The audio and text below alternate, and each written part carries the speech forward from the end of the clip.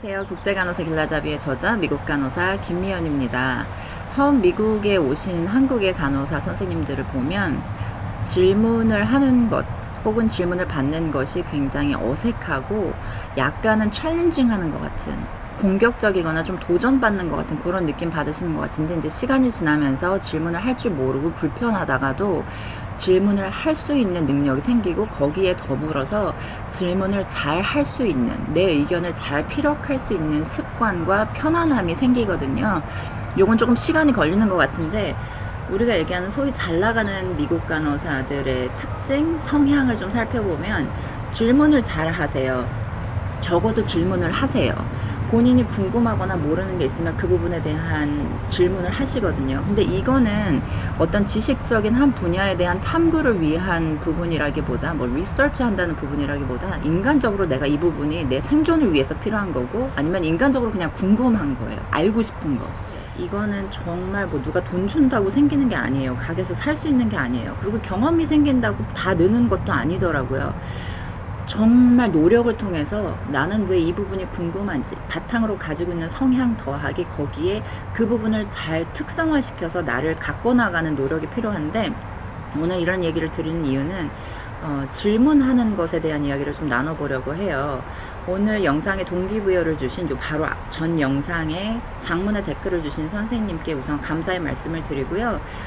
저와 의견이 완전히 일치하지 않는 부분이 있던 내용에 대해서 저는 그 부분에 대해서는 좀 동의하기가 힘듭니다. 그 이유는 이렇기 때문인데요 하고 자기 표현을 해주셨어요. 저는 그 댓글을 보면서 정말 짜릿한 쾌감을 느꼈거든요. 아, 이 사람은 된다. 이런 사람이 된다. 저는 그걸 알고 있어요. 그런 사람이 됩니다. 시간 들여서 누가 남긴 유튜브에 거기 댓글 달면서 저는 이렇게 생각하지 않는데요 하면서 그 노력과 내 사고가 정립이 되잖아요. 내용이 정리가 되잖아요. 누가 시키지 않았는데도 한 거잖아요. 그건 정말 돈으로 살 수 없는 한 사람의 특성이자 가치거든요. 그 질문 주신 선생님, 그런 정말 소중하고 중요하고 꼭 필요한 그런 특징을 잘 살려가시기를 응원하면서 오늘 질문에 대한 이야기를 좀 풀어갈게요.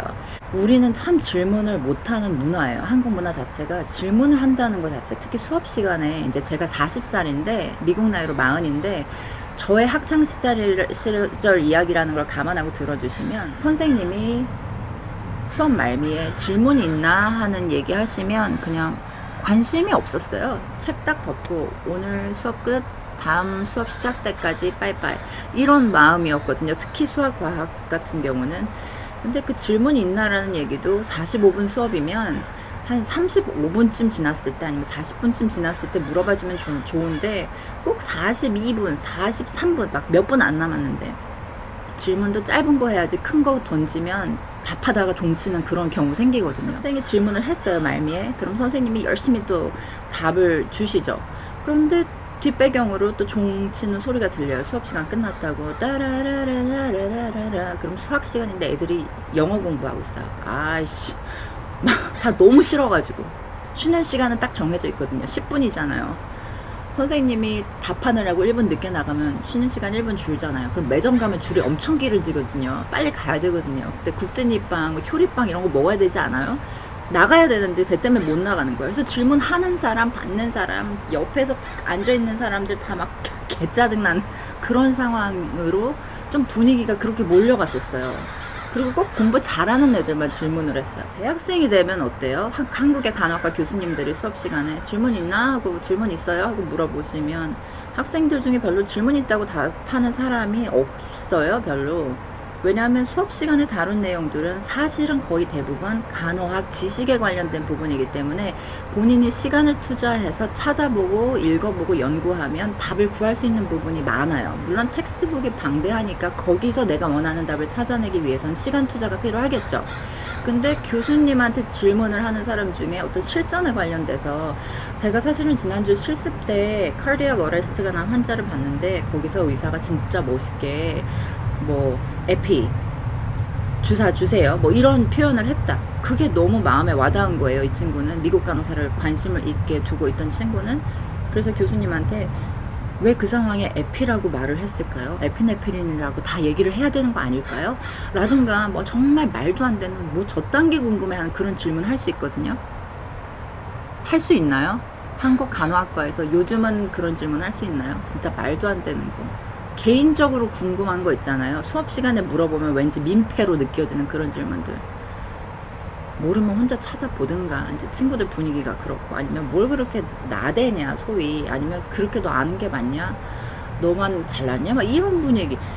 그래서 사실은 질문을 못했고, 질문 더하기 우리는 여러 사람 앞에서 말을 하는 것, 리드하고 프레젠테이션을 하는 거, 발표하는 것에 대해서 굉장한 부담감을 가지고 있죠. 자기 표현하는 것에 대해서. 저도 처음에 미국 온 지 얼마 안 됐을 때 커뮤니티 컬리지에서 히스토리 수업을 듣고 있었어요. 어떻게 하면 간호사로 살아남을 수 있을까 연구를 열심히 하면서 히스토리 수업을 글쎄 듣고 있었답니다. 스페니쉬 수업, 히스토리 수업 이런 거. 근데 그 역사 선생님이 한국 문화를 좀 아는 분이었어요. 그래서 저한테 물어보더라고요. 우리 반에 지금 한국 학생이 있는데 한국의 학창시절 문화는 사실 미국의 것과 많이 다른데 한번 얘기를 들어볼까 하면서 저한테 인사문화에 대한 걸 물어보더라고요. 그래서 목례에 대한 거, 유니폼 입는 거에 대한 이야기를 좀 했고요. 두 번째로 물어본 게 학교에 통학하는 시간, 그러니까 몇 시에 등교하고 몇 시에 하교하느냐 하는 질문을 했는데, 얘기하잖아요. 별 보고 학교 갔다가 별 보고 퇴근 아니죠. 별 보고 하교한다고. 그래서 그런 이야기를 했더니 사람들이 미친 거 아니야? 그래서 진짜 막 욕을 하더라고요. 영어로. What? 그러면서 얘기를 하더라고요. 저보고 수업 시간에 질문이란 걸 해본 적이 있냐고 역사 선생님이 물어봤는데, 나는 없다. 지금 여러 사람 앞에서 수업 시간에 내 의견이나 나의 경험을 얘기해보는 건 오늘이 처음이라고 얘기를 했어요. 그랬더니 이제 그 선생님이 사실은 문화가 이렇게 다르기 때문에 우린 문화에 대한 이해를 잘 해야 된다는 얘기로 이제 얘기가 마무리가 됐는데, 세상에 수업이 끝나니까 학생들이 벌떼처럼 몰려오는 거예요, 저한테. 그래서 진짜 한국이 그러냐, 왜 그러냐, 막 진짜 다양한 질문들을 했거든요. 그거에 대한 답을 하느라고 수업 쉬는 시간이 다 갔어요. 다 지나갔어요. 그럴 정도로 질문을 많이 하더라고요. 개인이 알고 싶은 거, 궁금한 거에 대한 질문은 하는 게 직성에 맞고, 그게 문화인 거라는 걸 처음 경험하면서 굉장히 어색하고 또 짜릿하기도 하더라고요. 재미도 있더라고요. 나의 경험이 누군가에게는 정보와 지식이 될 수 있다는 거잖아요. 대학원 갔을 때도 상당히 놀란 게, 학생들 사이에 질문을 나눈 부분에서 디멘치아, 그러니까 치매 환자 간호에 대한 이야기를 나눴었는데, 어떤 학생은 나는 치매로 죽느니 심장마비로 죽겠다라든가, 아니면 나는 우리 엄마가 지금 치매 중증 상태인데 그래서 이런 부분이 힘들고, 또 허스피스로 일하는 간호사 같은 경우는 허스피스 간호인을 하고 있는 대상자 환자가 치매까지 있는 상황이면 이런 부분이 더 어렵게 느껴지고 이런 부분에 더 신경을 쓴다, 뭐 이런 얘기들을 해줬어요.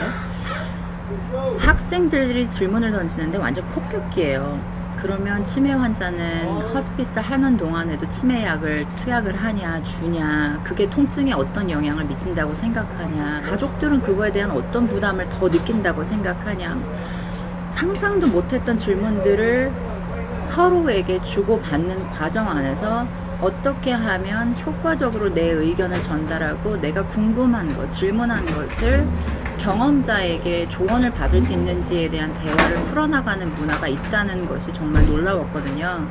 여러분도 본인이 가지고 있는 궁금증들을 효과적이고 진취적이고 조금은 부끄럽고 어색한 걸 무릅쓰고 질문을 던져볼 줄 아는 여러분들이 되시면 좋겠고요. 이제 해 뜨고 저희 집 옆에 공사가 시작되는 것 같아서 오늘 영상 여기서 마무리하도록 하겠습니다. 오늘도 여러분의 꿈을 응원합니다.